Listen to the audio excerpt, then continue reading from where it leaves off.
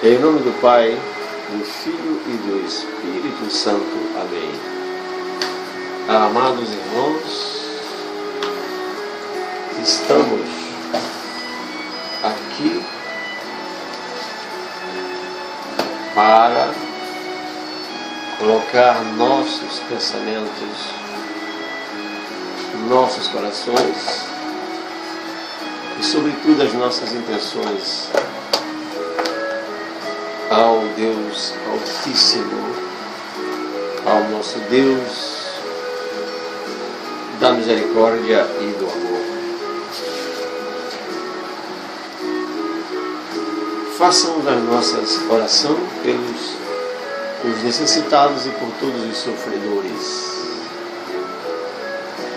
Salva-nos, ó Deus, e compadece-te dos velhos e dos moços, dos pobres, dos órfãos e dos viúvos, e daqueles que estão adoentados e entristecidos, infelizes e magoados, perseguidos e cativos, daqueles que sofrem nos calabouços e nos exílios, pelo teu santo nome e pela sagrada fé na tua igreja. Lembra-te deles, ó Senhor. Visita-os, consola-os, renova-lhes as forças e torna-os logo revigorados, livres e salvos. Amém. Em nome do Pai, do Filho e do Espírito Santo. Amém. Queridos irmãos, vamos dedicar alguns momentos para as nossas reflexões e vamos adentrar a um tema, o manifesto da família, uma declaração dos valores eternos. Então nós podemos nos situar que a partir da segunda metade do século XX, a cultura americana vem sofrendo um declínio sem precedentes. E é importante observar que, ainda que os avanços científicos e tecnológicos tenham criado uma aparência superficial de prosperidade e de progresso, nossos valores e nossas convicções morais vêm desmoronando. No passado, a maioria dos americanos possuía uma noção de certo ou errado, fundamentada nos princípios judaicos cristãos, que os equipavam com uma base sólida e bíblica para a vida. Então, com este prefácio, o que nós pretendemos? Nós pretendemos chamar a atenção, alertar aos nossos irmãos e a todos os cristãos, a todos os que creem no amor misericordioso do Pai, para que façamos uma reversão, invertamos a lógica vigente, a fim de que nos reaproximemos dos valores, das verdades permanentes acerca de Deus e da sociedade. Então, a família, nós acreditamos que Deus, Criador, é o Criador da família. Ela foi estabelecida pelo Pai em seu ato inaugural do casamento entre o homem e a mulher. A Bíblia continua descrevendo a família conforme as instruções de Deus e incentivando que os casados tenham filhos, quer seja por concepção natural, ou adoção. Entendemos que o propósito da família é glorificar e honrar ao Senhor, formando a base espiritual e emocional. Formando a base espiritual e emocional, física e econômica para os indivíduos.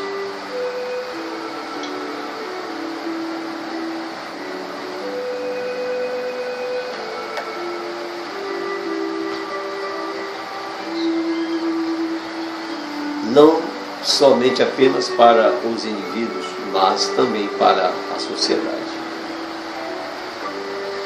Então, amados, qual a mensagem contida neste primeiro parágrafo, a família? A mensagem é de que Deus é que é o Criador da família, não o homem. O homem é a criatura de Deus. Ainda que os avanços da medicina, da biogenética, da engenharia genética, chamemos assim, tenham alcançado resultados importantíssimos, nós não podemos negar. Quando, por exemplo, as doenças cardíacas adquiridas ou congênitas se manifestam, colocando em risco a vida de um ser, e muitas vezes com o desengano da medicina, com o decreto categórico de que a sua vida se permanecerá por X meses, daí você não viverá mais. E os avanços da medicina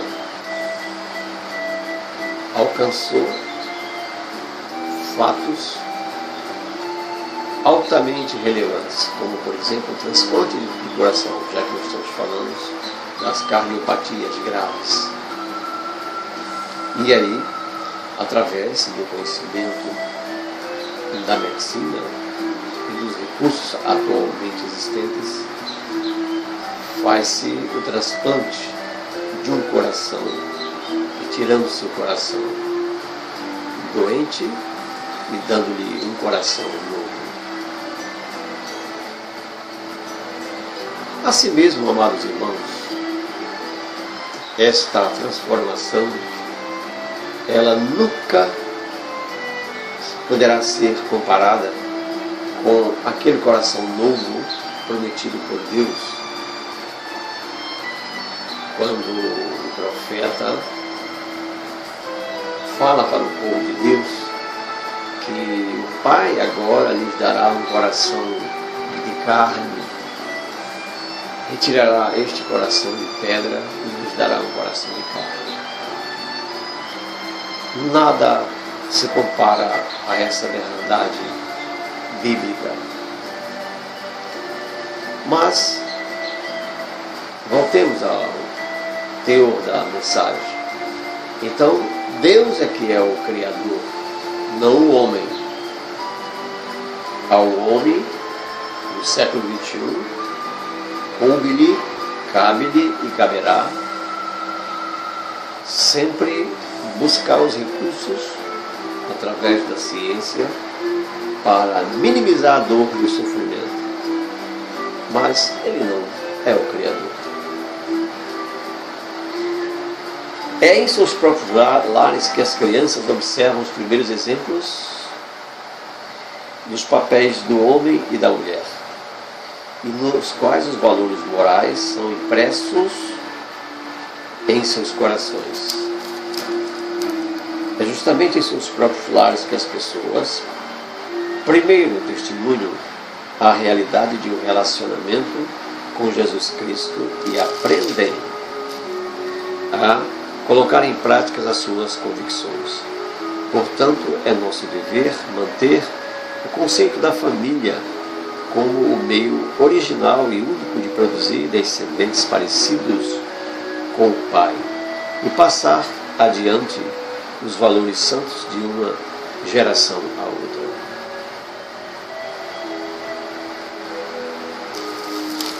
Então, o que nós observamos aí? A importância do núcleo familiar. Porque nada vai substituir este núcleo familiar. Marido, mulher e filhos. Ainda que as exuberâncias da robótica encantem a muitos, jamais uma máquina poderá substituir esta maravilhosa criatura de Deus, o homem, a mulher. Portanto, amados, no lar, na família, onde se alicerça a casa sobre a rocha. Portanto, devemos ter o máximo de cuidado para com a construção das nossas famílias.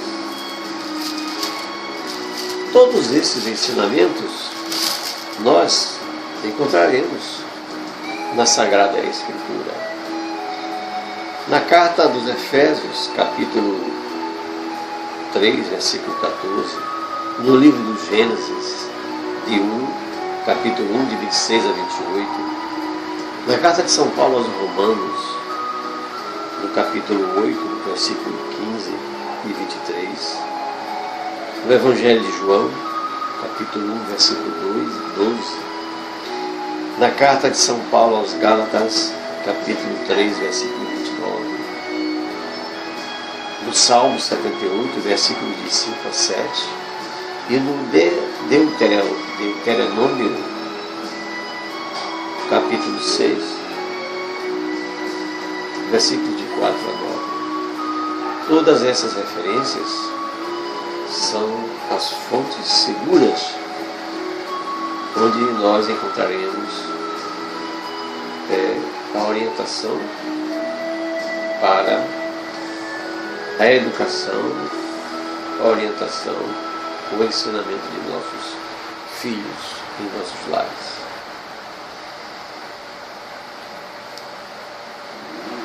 A união sexual entre marido e mulher. Marido. Entendemos que Deus atribuiu a cada marido a responsabilidade de ser o cabeça, líder e servo de sua esposa. Sabemos que o Senhor criou o homem completo e, como esposo, ele precisa de uma auxiliadora. Acreditamos que o homem prestará contas a Deus pela maneira como amou, serviu e proveu o necessário à sua esposa. Rejeitamos a ideia de que o marido deva dominar sua esposa. Do mesmo modo, não aceitamos o conceito de que o marido possa abdicar de suas responsabilidades de liderar a esposa e sua principal obrigação é amá-la. Tal amor é caracterizado pela iniciativa de servir e honrá-la como um presente de Deus.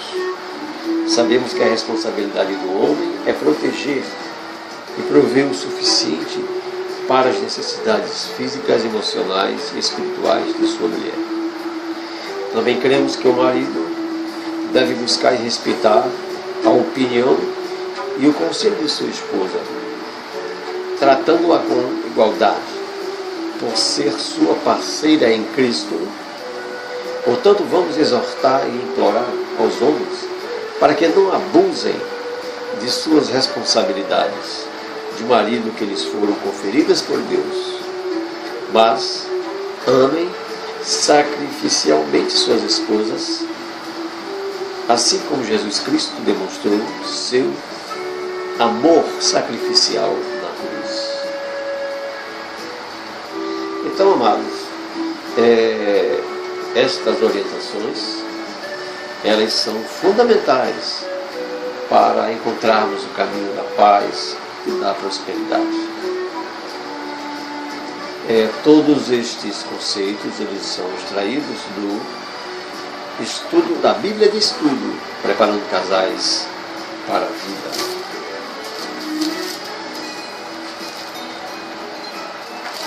Que nós possamos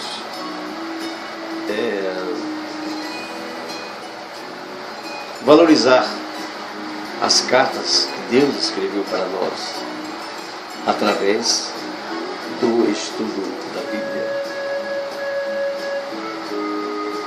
Então, amados, que nesta noite de sábado, em que estaremos reunidos